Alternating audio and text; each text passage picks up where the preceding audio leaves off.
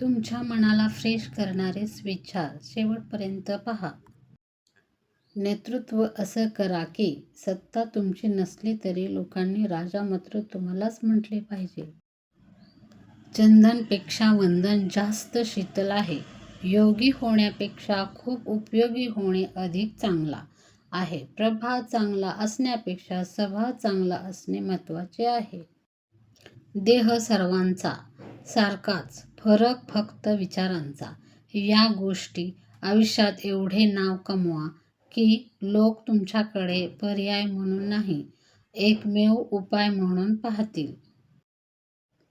अडचणीच्या वेळेत सगळ्यात मोठा आधार म्हणजे स्वतःवरचा विश्वास.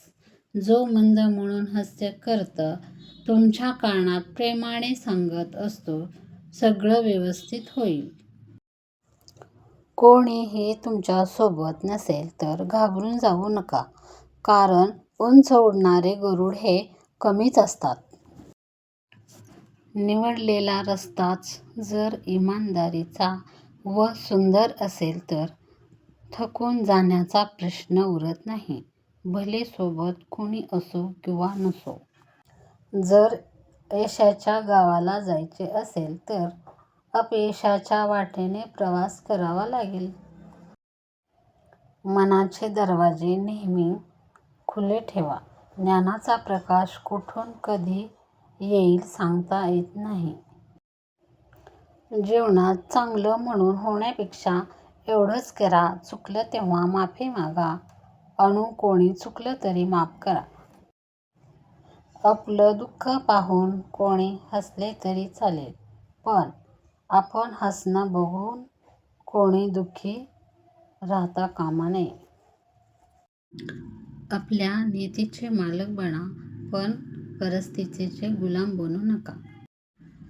श्रीमंत ही वाऱ्यावर उडणारी जात, ते कायम टिकणारी गोष्ट एकच, ती म्हणजे व्यक्तिमत्व.